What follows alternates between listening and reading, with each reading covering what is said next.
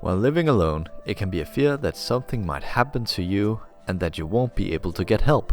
Solutions exist for those with higher risk of emergencies, but the availability of such systems to the average consumer is limited.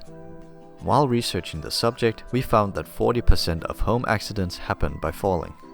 This is an issue as current speech-based emergency systems are designed to detect screams, certain keywords or broken glass, and are primarily designed for the elderly and those with special circumstances. The solution should work automatically based on sound.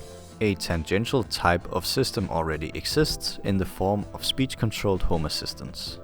The most known speech-controlled home assistants are Google Home, Amazon Echo, and Apple's Siri.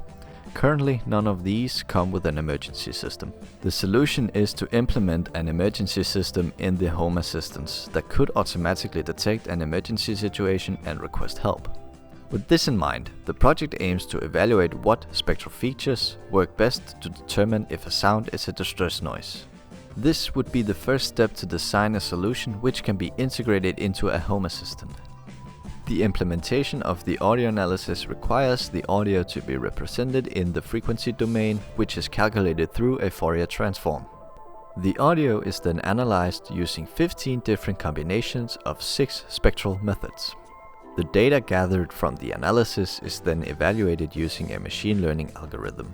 This algorithm will resolve an input to one of 3 models: screams, falls, and the word help. The combinations of methods was evaluated by comparing the results of the algorithm implemented using the different combinations of spectral methods.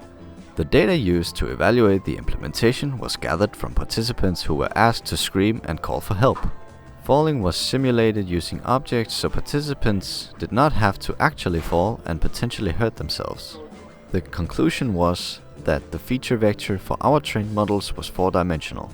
The optimal combination of features has not yet been clearly determined, as more data and research into what makes a particular combination accurate is required. What this project has provided is groundwork for further research into what audio features could be used to implement an emergency system in current home assistants.